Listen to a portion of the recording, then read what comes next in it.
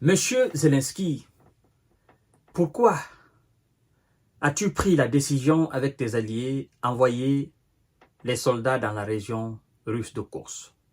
Pourquoi?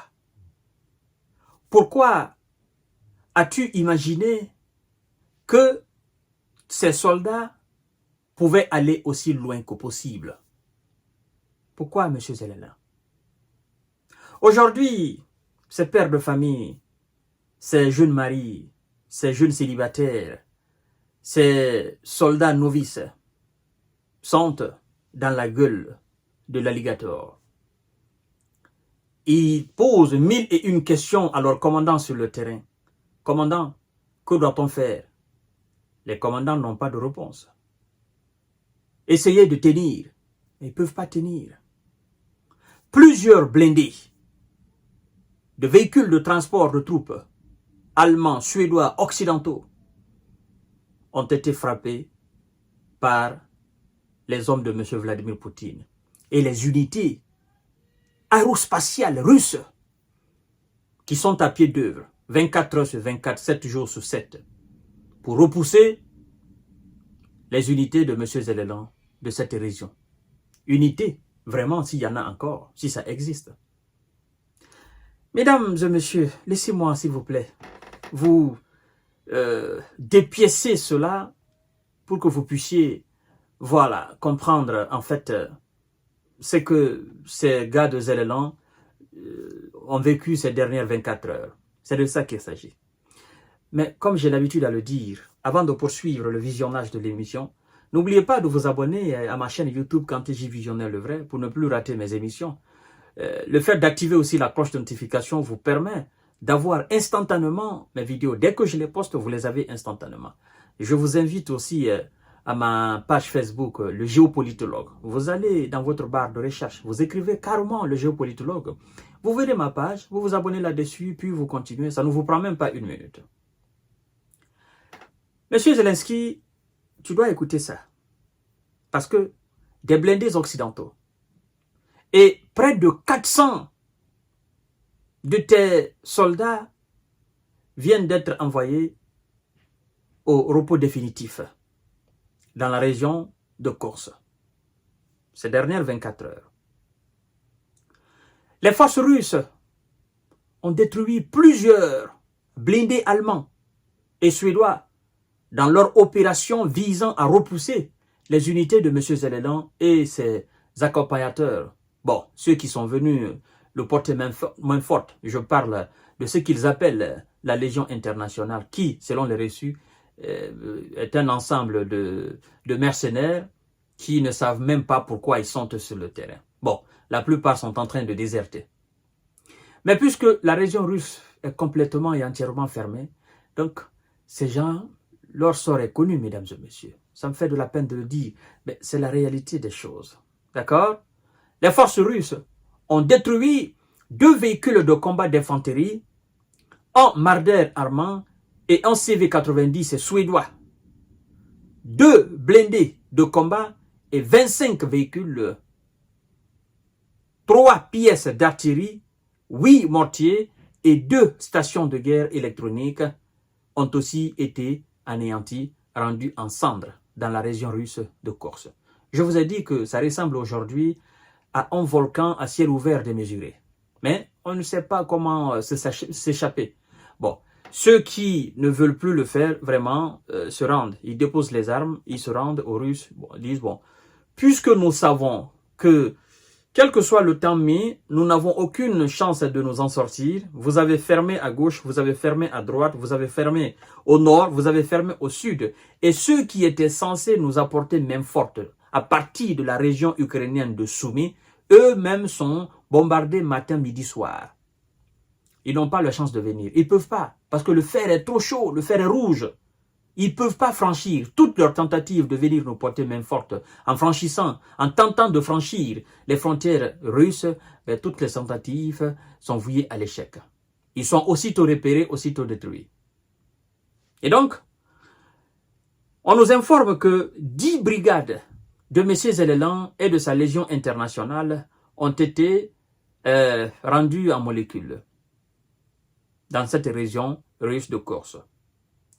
L'artillerie et l'aviation russe ont frappé des effectifs et du matériel occidental de l'ennemi dans 23 secteurs de la région de Kursk. 23. Et donc, presque quasiment, il n'y a plus grande chose qui reste. Voilà. Et c'est ça. Depuis le début de cette opération, depuis le début de leur tentative d'envahir la Russie, jusqu'à aujourd'hui, 24 novembre 2024, c'est que les hommes de Zelensky ont perdu en termes de munitions, en termes d'équipement militaire, en termes de chars, en termes d'effectifs. C'est ce qu'on va vous donner tout à l'heure. Et ça fait froid au dos. Partagez la vidéo dans tous les groupes possibles.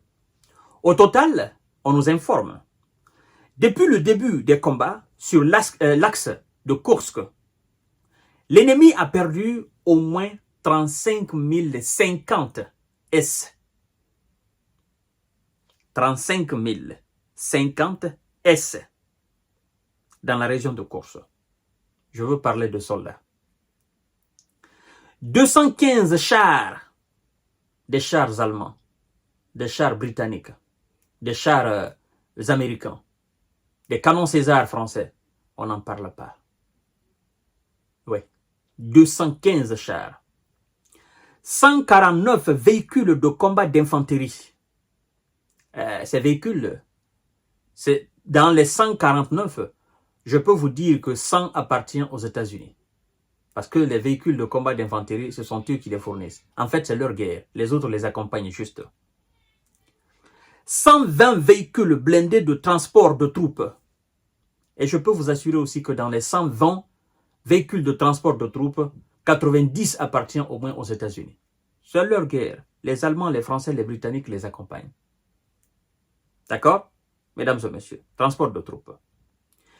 1192 autres blindés de combat et 300 pièces d'artillerie parmi d'autres équipements. Ils ne peuvent pas tous les énumérer parce qu'il y en a trop. Il y en a trop. Il y en a qui ont été capturés, voilà, dans de bons états. La Russie va exposer cela dans l'exposition prochaine en Russie. C'est pour vous dire que la région de Kursk est devenue une vieille histoire qui a fait beaucoup de bruit. On pensait que la Russie avait la tête sous l'eau, mais non. Mais non, non, non. Voilà. C'est ça la théorie du danger. On dit souvent que quand vous pensez que vous n'êtes pas en danger, c'est là que vous êtes en danger. Mais lorsque vous croyez que vous êtes en danger, vous n'êtes plus en danger au fait. C'est ça la réalité. Les hommes de Zelensky, en entrant sur le territoire russe, ils pensaient qu'ils avaient accompli une très belle victoire. Mais en réalité, c'était le début de leur défaite. Et là, c'est cette défaite-là qui se dessine. Déjà, ils ont perdu dans la région de Kursk.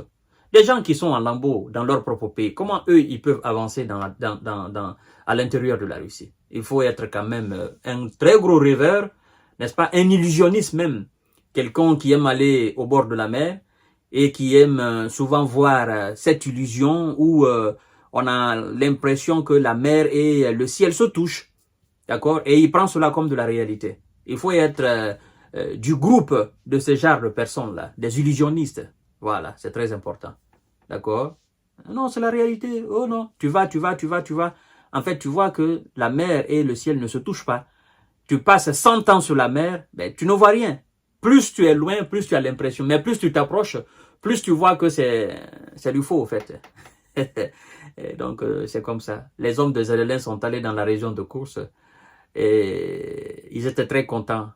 Mais plus le temps passe, plus ils se rendent compte que tout ce qui a été dit, tout ce qui a été préparé, c'était du faux. Le vrai, c'est qu'ils sont en train d'être chassés du territoire russe. Je vous donne rendez-vous tout à l'heure pour notre série d'informations décortiquage.